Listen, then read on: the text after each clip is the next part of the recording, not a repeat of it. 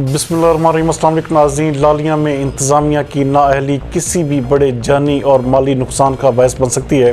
ہمارے نمائندہ خصوصی شیخ خرم عباس کے مطابق آج بھی اندرون شہر لالیاں میں گنے سے لدے ٹرک بجلی کی تاروں سے ٹکرانے سے آگ لگ گئی، جسے بڑی تگ و دو کے بعد ریسکیو 1122 نے قابو پایا۔ ناظرین، کیا دن کے وقت میں ان گاڑیوں کو اندرون شہر گزرنے کی اجازت دینا انسانی جانوں سے کھیلنے کے مترادف نہیں؟